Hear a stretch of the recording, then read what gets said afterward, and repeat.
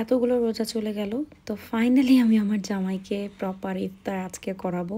যেহেতু জবে থাকে তো চাইলেও একসাথে ওইভাবে ইফতার করা হয় না, আর আমি যেহেতু একাই ইফতার করি তো খুব বেশি প্রিপারেশন থাকে না। যেহেতু আজকে সে বাসায় আছে তো সেই সুযোগ তো আর মিস করা যায় না। জামাইয়ের পছন্দের যা যা আছে সব কিছুই করেছি আজকে। তো কথা না বাড়িয়ে চলুন আজকের ব্লগটা শুরু করি। তো এখানে যে পাফ পেস্ট্রিগুলো দেখছেন এগুলো সব হচ্ছে আমার নিজের হাতে বানানো। আমি এগুলোর রেসিপি অলরেডি শেয়ার করেছি। তো এগুলোই হচ্ছে ফ্রোজেন করে রেখেছিলাম, এখন জাস্ট আমি ডিফ্রস্ট করে ওভেনে দিয়ে দিব। আর এর মধ্যে হচ্ছে আমার যত ভাজা পোড়া যা ছিল সব কিছু আমি ভাজা শুরু করেছি। এই প্রথমবার বলা যায় এই রোজার মধ্যে আমি প্রথমবার এই ভাজাভাজি করছি।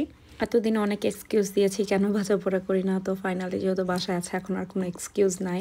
আর আমারও ইফতারের জন্য খুবই ক্রেভিং হচ্ছিল, যে অনেক অ্যাভয়েড করেছি, এখন একটু খাওয়া উচিত। তো এখানে হচ্ছে ওভেন আমি প্রিহিট করতে দিয়েছিলাম, তো এটা হিট হয়ে গিয়েছে। তো আমি এখন এগুলো বেক হতে দিয়ে দিলাম, আর এর মধ্যে আমার ভাজা পোড়া তো চলছে।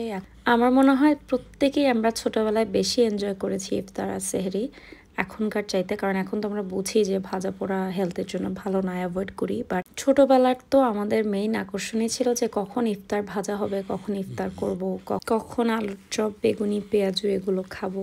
ছোটবেলাটাই আসলে প্রত্যেকের অনেক বেশি মধুর, তাই না? যে অনেক বেশি ফ্যান্টাসি খুঁজে পেতাম সব কিছুতেই, অনেক বেশি এক্সাইটমেন্ট কাজ করতো, যেগুলো কিন্তু এখন আর তেমন কাজ করে না। ইটস ভেরি নর্মাল, কারণ আমরা এখন বড় হয়েছি, এখন আর আগের মতো এক্সাইটমেন্ট থাকবে না, এটাই স্বাভাবিক। তো যাই হোক, কথা বলতে বলতে আমার এখানে কিন্তু বেকিং হয়ে যাচ্ছে, আর এদিক দিয়ে আমি পেঁয়াজও ভাজা শুরু করে দিয়েছি। আমার ইফতার ভাজা অলমোস্ট শেষ, হাতে যেহেতু সময় ছিল আমি ডিনারটাও রেডি করে নিয়েছি। এখানে হচ্ছে ছোট মাছ, সুমন খুব খেতে চেয়েছিল, তোর জন্য হচ্ছে এই মাছটা আমি চচ্চড়ি করেছি। এটা রান্না করা খুবই ইজি ছিল, হাতে মেখে বসিয়ে দিয়েছি, বাট টেস্ট অনেক মজার ছিল। আমি যদিও মাছের প্রতি আমার কোনো ফ্যাসিনেশন নাই, আমি খুব বেশি ছোট মাছ খাই না, বাট শাইজান হওয়ার পর বা বিয়ের পর আমি অনেক মাছ খাওয়া শুরু করেছি নতুন করে।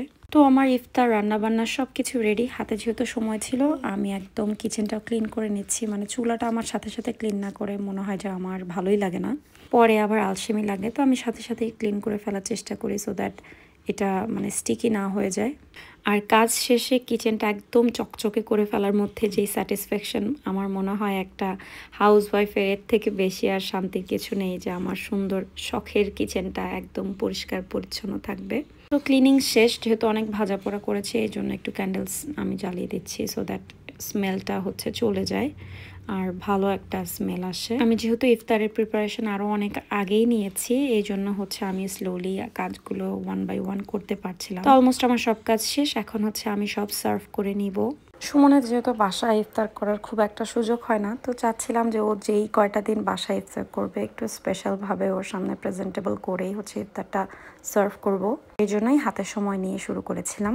আর যে কোনো কিছু একটু প্রিপারেশন নিয়ে সময় নিয়ে করলে দেখা যায় মনেরও শান্তি লাগে, যে না আমি এভাবে চেয়েছিলাম, এভাবেই করতে পেরেছি। তাড়াহুড়ার মধ্যে থাকলে আমার খুবই মেজাজ খারাপ লাগে, যে আমি যেভাবে চাই সেটা কখনোই হয় না। আর এদিকে আমার পেস্ট্রিগুলো একদম রেডি হয়ে গেছে, তো আমি ওভেনটা এখন অফ করে দিব।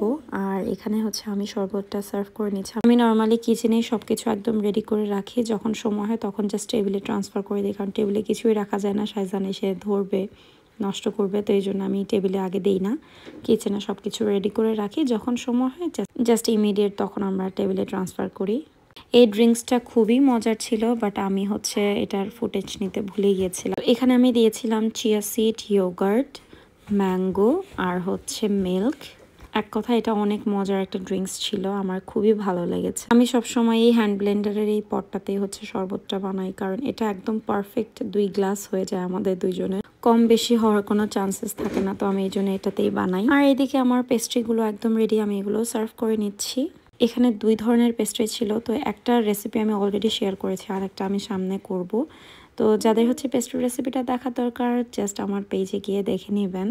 আর এই যে আমার কিচেনে ইফতার একদম রেডি, আমি জাস্ট এখন এগুলো টেবিলে শিফট করব। এখানে আমি ছোলাও করেছিলাম, বাট সেটা আমি রাখতেই ভুলে গিয়েছি, তো শেষের দিকে আমি সেটা অ্যাড করে দিয়েছি। আর যেহেতু প্রথমবার ভাজা পোড়া করলাম, আমি জানি সুমন ভাজা পোড়াতেই ফোকাস করবে, তো আমি এই জন্য ফল বেশি একটা কাটাকাটি করিনি, ফ্রুটস আইটেম কম রেখেছি, কারণ ড্রিঙ্কসটা অনেক বেশি হেলদি ছিল। 2 জন মানুষের জন্য এই ইফতার আসলে অনেক হয়ে গিয়েছিল, আমরা এত খেতেও পারিনি, অনেক ইফতার রয়ে গিয়েছিল। তো আজকের ব্লগটা এখানেই শেষ করছি, দেখা হবে নেক্সট ব্লগে। সবাই অনেক ভালো থাকবেন, সুস্থ থাকবেন, আল্লাহ হাফেজ সবাইকে।